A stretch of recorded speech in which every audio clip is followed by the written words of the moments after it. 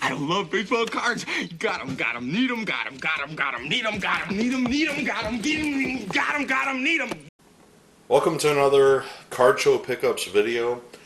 This is my first card show pickups video for 2024. I can't believe I haven't been to a card show since last fall, but here we are, and I'm sharing them with you, so hopefully there'll be more to come in the near future with some card show pickups. But this card show, I found some old goodies, but I found some new goodies as well, and we're going to jump right into this with some of the cheaper stuff. And one of the things that I bought was a 1989 Score factory seal box, and the seller at the table had these for $10 a piece, and he had the 88 Score and he also had the 89 Score. And if you guys know 88 Score, that was the first year that they did Score baseball cards, but the set really doesn't have a lot of big rookies in it. Tom Glavine comes to mind, but I felt for the 89 you at least got Randy Johnson, John Smoltz in there, plus I didn't already have one. I already bought a 1988 Score box a few years back, sat out in the garage, had a great time opening it up while I worked out, and I thought I might do the same thing with this, go through it, see what I can pull out of it, just have a little fun. Might shoot a tearing packs video, so stay tuned for that in the near future. I don't know if I'm going to open all 36 packs on camera, but we'll at least open a few on camera and see what we pull out. So we'll move this off to the side. And there was another seller there that I actually bought a couple things from. I bought some older sets, but I also bought an almost new set from him as well from 2022. And he was closing out his inventory, he told me, and for $5 a piece. I probably should have bought more of these looking back at it, but I have so many of these in my collection already. How many do you really need? And that is a 1987 Fleer Update set and a 1987 Topps Traded set. And if you follow my channel, you know I absolutely love collecting these sets. I send them TTM through the mail. I'm just going to show them off to you. These are some of my open singles out of these. So this is the 87 Topps Traded. And of course, if you remember a little while back, I also picked up some 87 Fleer. And I actually opened one of these and pulled out, you know, the key cards, you know, like the McGwire, the Maddox, etc. And the singles are right here. So I'm not going to go through all these. If you've ever watched my channel, I'll link the videos down here at the bottom talking about these more in depth. But, you know, as you can see, there's Doug Drabek's traded card, for example. The traded set has the 29T designation on the back, so you can tell the difference between this and a regular 87 Topps. And they also have the brighter colored backs with the yellows, where the standard 87 Topps do not. Now with the 87 Fleer, these are almost identical, but the difference is they have a U in front of the numbering. So at first glance, you have to literally turn the card over to see whether or not it's from the traded set or from the regular set, because you really can't tell just by looking.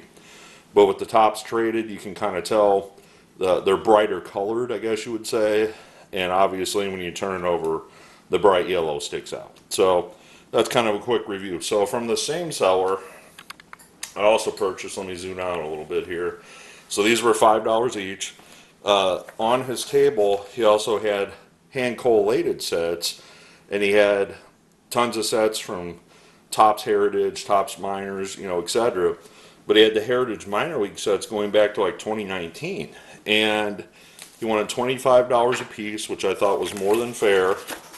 But if you guys know what Topps Heritage Minors are, is they're the minor league equivalent of the Topps Heritage cards that come out every year. So in the past, they used to, I'm just going to set this here so you can see them a little better, but in the past they used to mimic the Topps Heritage issues, but they're not going to be doing them anymore from what I've been told. So this set in particular has an Evan Carter minor league card in it, which is a big deal. But I buy these sets to try to get them signed at minor league stadiums. So when I see guys that are in the minors, you know, I might have a card or two for them. For like example, I have this card signed. So that's just an example of some of the people that I get to sign, and these are in similar fashion like most Heritage Miner sets, and in particular this year is like a 73 tops. So this is an actual 73 tops versus the 2022 Heritage Miner. So you can see where they got the design from. And I actually picked this Ferguson Jenkins up at the show as well. So I thought for 50 cents I'd grab it. So we'll talk about him a little bit later. But 25 for this, 5 each on the traded sets. Thought that was more than fair enough, especially since I needed this set to begin with. So move on to the next items. Alright, so my usual guy that sells me vintage cards was there. However, I did mention back in October's video that one of my longtime vintage sellers that I've known for years was getting out of the hobby. So I was down one vintage guy when I went to this card show this time. So I didn't spend a lot of time at the card show that I had in the past because I really didn't have a lot to look at other than just a couple dealers with some vintage stuff. Now this first dealer, I picked up a few things, just a small stack, nothing too exciting here. This is all stuff, you know, for through the mail videos, so I'm just going to go through these really quick and then we'll get on to the next big stack and kind of wrap this up. So as you can see, nothing here that's exciting, just guys that are known through the mailers, you know, that I'm planning on sending these out to here in the near future. You know, guys that are known to be good signers, so to speak, that are from that 1960s era. These two are SSPC cards, and that's Tony Muser and Tom Hall. And I actually wound up picking up a Tom Hall rookie card at this card show, so I'll be sending that out pretty soon. Then another one of those, you know how I like my multiplayer cards with Bob Gebhardt and Steve Bryant, and I don't think Hal Hadel's still around, so I won't be able to complete that, but at least 2 of the 3 guys can sign it. So, as you can see, very small stack. I spent probably a couple hours at this guy's booth, and that's all I came up with. And this was somebody that I've looked at his stuff before in the past, and he's not necessarily getting new inventory in.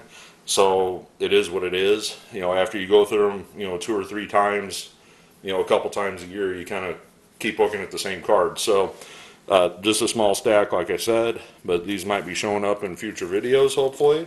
So stay tuned, and I'll be profiling these guys. All right, so my normal go-to seller that promotes the card show sold me a nice little stack of goodies here. And I'll just show you here. We got a nice stack here. And these are mainly TTM, but there's also some in there that I'm like, you know what? I'm just going to buy it because it's a nice vintage card. So we will go through these really quick here to cut down on some time in the video. But again, TTMs that you might be seeing in the near future. You know, all 1960s. There's some 70s in here too, of guys that sign, or have been known signers, I should say. This one I really liked. It's a Bill Madlock rookie, and it'd be nice to get that signed by everybody, but I'm not sure who's still around and who's a good signer on that card, but that's a Bill Madlock rookie for only 50 cents. Same could be said about this. That's a Lou Brock. You know, that was less than 50 cents. And there's a batting leaders with Yastrzemski and Oliva for less than 50 cents. This one I was excited to get because I never got Doug DeCensis and Manny Trio rookie star or rookie infielder card. Both of them are good signers, so you might be seeing that soon. There's another Dave Bristol. There's a Cleon Jones rookie. Gary Bell. Here's some 70s guys. Dick Billings. Dalton Jones. You guys seen that card before. There's a Chris Chambliss rookie cup. Don Kessinger. Galen Cisco, who I just literally did a TTM on. Another Kenny McMullen. Malfitano. Russ Snyder. I'm not going to read them all to you. But as you can see, this is the ilk of what I got. And all these guys sign, at least as of me shooting this. I also threw in, I showed this earlier to you, that's the Ferguson Jenkins. Very small football, So Paul Flatley still around. He's a good signer. Couple 70s basketball cards. I guess I should show it to you. Kevin Knert and John Block, which both of them signed through the mail. Then a couple football Cardinals, Jim Otis and Larry Stallings. So a nice little stack there that I put together. These are, again, the lower end cheap cards on his table. So now I'll go through really fast here some of the cards that weren't 50 cents or less. And I'll show those to you as well. We'll just stack these right there for the time being. And so these were a little bit more, but don't pay attention to the prices because this seller always knocks off a few bucks at the end. So I'll tell you what I paid for everything here at the end. So there's a really nice Bowman Carl Erskine. It's really, well, I don't say it's really nice. It's really beat up, actually. And but I thought this would be a nice one to stick in the mail to Carl, get him to put some ink on it. Hopefully you'll be seeing that soon on a return. Just a TTM guy. Hal McRae rookie card for only 60 cents. I thought sold.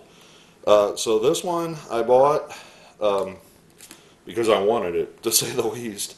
And that is a 1962 home run champ card with Willie Mays in the middle there. It's also got Cepeda and Banks, Frank Robinson, and Hank Aaron. So for $5, the condition isn't the greatest, but I thought for $5, that's a cool card to have in the collection regardless of condition.